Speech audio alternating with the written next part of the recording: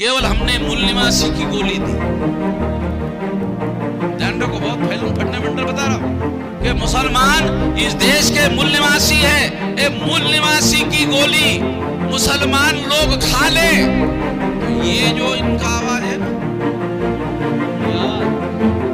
ये इधर से नहीं निकलेगी, पीछे से आवाज निकलेगी। तमाम ये जो तक्षशिला यूनिवर्सिटी है, कहां है? नालंदा यूनिवर्सिटी के बारे में तो आपको मालूम होगा कि वो पटना में, बिहार में है। तक्षशिला कहां है? यही मैं कह रहा हूं भाई, हमारे लोगों को मालूम नहीं, पाकिस्तान में है। पाकिस्तान में क्यों है? वो सारा पाकिस्तान बुद्धिस्ट लोगों का था। मतलब SC ST OBC को ही समझना नहीं है, मुसलमानों को भी समझना है इतिहास। इसके आधार पर कह रहा हूं कि मुसलमान इस देश का मूल निवासी था, है, रहेगा, यह समझना है। हमने कहा मुसलमान मूल निवासी था, है, रहेगा। जब हमने इस देश में ऐसा कहा, तब भागवत ने कहा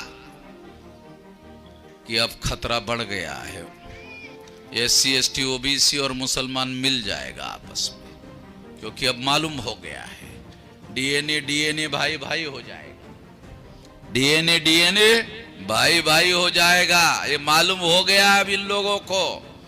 और वामन मेश्राम का संगठन सारे देश भर में यही कह रहा है, मालूम हो जाएगा सभी लोगों को। तो भागवत ने बयान दिया कि मुसलमानों के पुरखे और हिंदुओं के पुरखे एक ही थे, उल्टी कर दिया। उल्टी समझते हो? जब हाजमा नहीं होता है तो आदमी उल्टी कर देता है।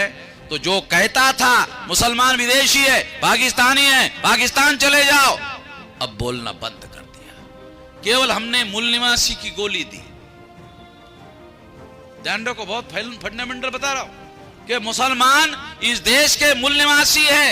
ये मूल निवासी की गोली मुसलमान लोग खा ले, तो ये जो इनका आवाज है ना, ये आवाज, ये इधर से नहीं निकलेगी, पीछे से आवाज निकलेगी, इनकी बंद हो जाएगी। और ये आवाज चुनाव में मैं मुसलमानों को कहता हूं, हमको वोट दे या ना दे, ये आवाज हम बंद कर देंगे। जिस इलाके में SC ST OBC के लोग हमारे समर्थन में खड़े हो गए, उस इलाके में कभी कोई फसाद नहीं होगा। ये मेरे से लिखवा ले। जिस इलाके में SC ST OBC के लोग हमारे संगठन के साथ आ गए, कोई फसाद नहीं होगा, बंद, खत्म हो गया।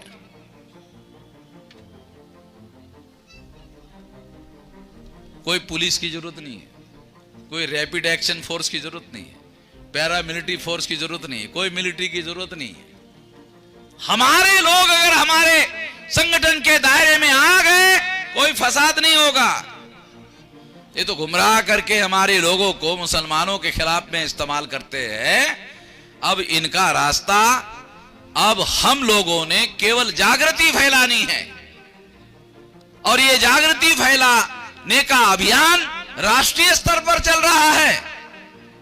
और इसी के आधार पर यह बात आप लोगों को समझा रहा हूं कि मुसलमानों ने वर्ण व्यवस्था, जाति व्यवस्था, अस्पृश्यता, आदिवासियों का सेग्रीगेशन, पिछड़े वर्ग को शूद्रत्व थोपना, महिलाओं को दास बनाना, आदिवासियों का सेग्रीगेशन करना, कोई भी काम मुसलमानों ने नहीं किया।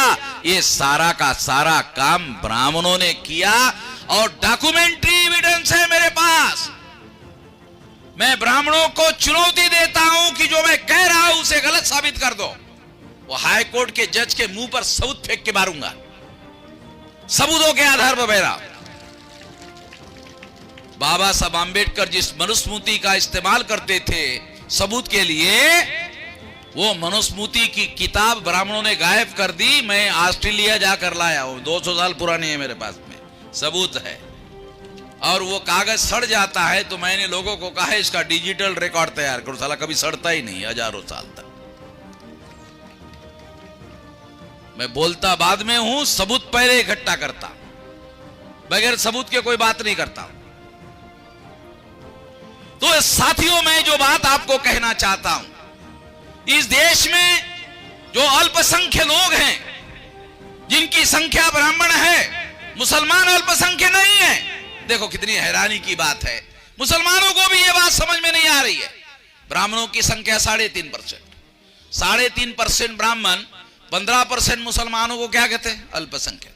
अरे अजीब किस्म की बात है, तुम्हारी संख्या 3.5% है, तुम 15% मुसलमानों को अल्पसंख्यक कैसे कहते हो? अजीब किस्म की बात है। और मुसलमान भी अपने को मान लेते हैं मैं अल्पसंख्यक हूं। मुसलमान अल्पसंख्यक नहीं है, मुसलमान मूल्यवासी है, तो मुसलमान बहुसंख्यक है। आपको जो धर्म मानना है, फॉलो करना है, उसकी भारत के संविधान ने, जो हमारा पुरखा बाबा साहब अम्बेडकर ने लिखित गारंटी दी है, और इस गारंटी को हम मानते हैं, इस गारंटी को हम मानते हैं, और इस गारंटी पर अमल करने के लिए संगठित शक्ति निर्माण कर रहे हैं। आने वाले समय में 10 साल में हम लोग जैसा भारत बंद कर रहे हैं, सारे देश के लोगों को जगाने का काम कर रहे हैं, और भारत बंद के द्वारा लोगों तक आवाज पहुंचा रहे हैं, जागृति फैला रहे हैं। ये जागृति मैं इसलिए आप लोगों को बता रहा हूं, क्योंकि जिस दिन आप जागृत हो जाओगे, उस दिन आप लोगों को मालूम हो जाएगा कि हमें इस देश में आज तक गुलाम किसने बनाकर रखा। इसलिए ये सारी बातें आप लोगों को बता रहा हूं। मैं अभी आखिरी बात आपको कहने जा रहा हूं। 26 जनवरी 1950 को इस देश में संविधान लागू हुआ, और इस संविधान ने क्या किया? संविधान ने हर 21 साल के व्यक्ति को, जो अब 18 साल हो गया है, वोट का अधिकार दिया। हमारे लोग ऐसा मानते हैं, वोट का अधिकार वोट देने का अधिकार है। गलत बात है। वोट का अधिकार वोट देने का अधिकार नहीं है। वोट का अधिकार विधायक या सांसद चुनने का अधिकार नहीं है, शासक चुनने का अधिकार नहीं है।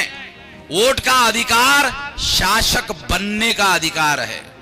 जिस दिन आपके दिमाग में एक बात आ जाएगी कि वोट का अधिकार शासक बनने का अधिकार है, तो उस दिन आप बटन दबाओगे शासक बनने के लिए।